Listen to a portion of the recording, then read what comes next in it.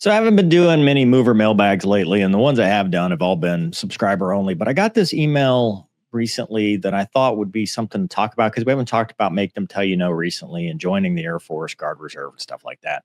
And I got this email from a viewer. It says, "Good evening, sir. Hope this email finds you well. I'm currently a student enrolled in ROTC. Plan to become a pilot after graduating. Recently, I've been talking to a few people who have previously served in active duty units. When I asked them what the Guard Reserves is like, they uh, pretty much all talk crap about it. Some of the people just throw shade because of the drop in pay. Drop in pay. Some, however, have told me that the culture is about 60, 70% of the units really suck. I heard one colonel in particular who said that there is a significant drop in standards in many Guard units. His wording they used to describe the percentage of units was lazy. As someone who's been trying to get in touch with different Guard units for about a year now, this was pretty discouraging. My question, two-part. Is the trash talk true? These people unjustified insults about something they have no experience in. If it's justified, how can I avoid joining a Guard Reserve unit that has bad culture? Thank you. So is there a culture problem? First off, the standards are identical. Like from every metric, the Guard Reserve standards have to be identical. So because we have to be able to plug and play. Like their reserve component is there to augment and supplement and sometimes replace active duty in combat and theater support and all the various missions we have. So the standards are identical. Your PT test standards are the same. Your flight standards are the same. You go to the same pilot training, you go to the same basic training, you go to the same officer training school. All of that is the same. So whoever's saying the standards are lower is just wrong.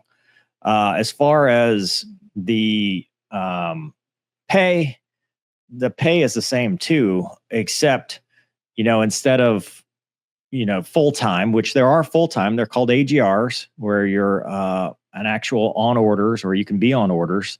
So there are full-time where the pay is identical, but there's also, inactive duty training. So unit training assemblies, drills, stuff like that, where it's, 1/30th. It's a fraction because you're only paid 1 day to do 1 day of work, or 2 days to do 1 day of work, because a UTA, 2 periods, you get paid 2 days.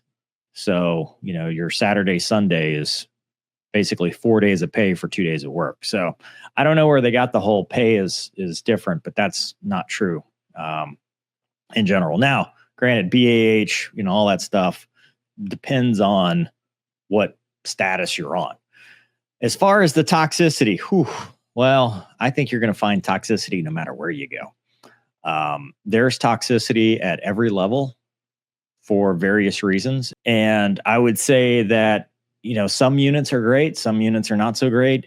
Whether that is true or not, I don't know that you can really even try to avoid it, because I think you just don't know what you don't know. And I think from my experience, with some few exceptions, I don't think it matters, because in the first 10 years of your career, you're busy, trying to fly, fight, and win. You are trying to be the best aviator that you can be, and you are there to learn how to employ whatever weapon system that you end up flying, even heavies.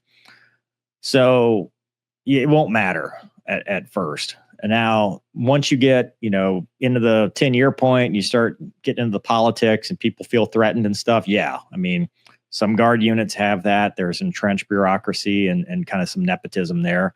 The reserves have that for sure. But even the active duty has that. I don't think you can escape that anywhere. It's every facet of any bureaucracy, including the military, civil sector, anywhere. I've talked about leadership on the Mover and Gonky show, and you'll have civilian people come in and be like, yep, my workplace is the exact same. So I don't know that you can kind of predict it, other than you go visit the unit and you just get a feel for it. You vibe, you go and they're going to interview you, and you kind of interview them and kind of see how you like it. Some communities are better than others. There are some communities that eat their own, and that's just their culture. But I think if you grow up in it, then you just become part of it, and you really never know the difference. But to say that, you're going to have this bad culture and it sucks, I mean, that sounds like sour grapes. That sounds like somebody who wishes they had gone reserves. I think they're all good options, whether you go active duty, whether you go reserves or Guard. You have to do what's best for you and your life situation.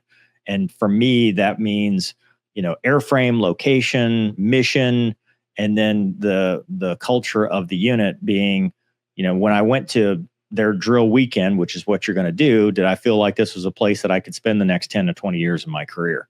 Because that's what you're going to do. Unlike active duty, where you move every 3 years and kind of get another assignment and it's kind of reset, new jet, new day, you're going to be stuck with these people for the majority of your career unless you go find another unit. So that's something to consider. And they're going to consider that when they hire you. So I think that's something I wouldn't be worried about at your stage. It sounds like you're already in ROTC, so you're probably going active duty anyway. But down the road, it's going to be something that allows you more flexibility to have a family, to go to the airlines and still fly a military aircraft while you're in your civilian job, whatever that might be. Or you might do it full time. Plenty of people do it full time. I think it's a great option if you do that as well. So I hope that answers it. I've seen this comment before. Maybe it's from the Army, because I've seen it where people will disparage Guard Reserve that say, hey, it's the asterisk, you're not really full time or whatever. Maybe in the Army, I don't know, because I see it a lot from Army people that say that talk down. But in the Guard Reserve and the Air Force, it's nonsense, because typically in the Guard Reserve side, you have more experience, you get more flying time. When I was, at least back in my day, right, when I was flying the F-16 at Homestead, I was flying significantly more sorties and more hours and deploying more than my active duty counterparts at the time. It leveled out over time, but that initial part, I was getting more experience. I was flying with more experienced people, because remember, Guard Reserve, you keep that experience in the squadron. So, it's not a churn and young majors and young captains and stuff. It's very senior guys. Now, that's a gift and a curse, right? Because sometimes the real experienced dudes that are part-time aren't necessarily as up to speed on the newest tactics, but they have a good foundation of the overall how to fly and employ the aircraft. I don't buy into that whole idea that, the Guard Reserve is any difference, because it's a full-time squadron with part-time people. And a lot of times it's TFI. There's active duty and reserve in the same squadron. And the active duty uses the reservists as their experience, as their instructor cadre, to try to train the next generation of fighter pilots. So I don't think that's valid.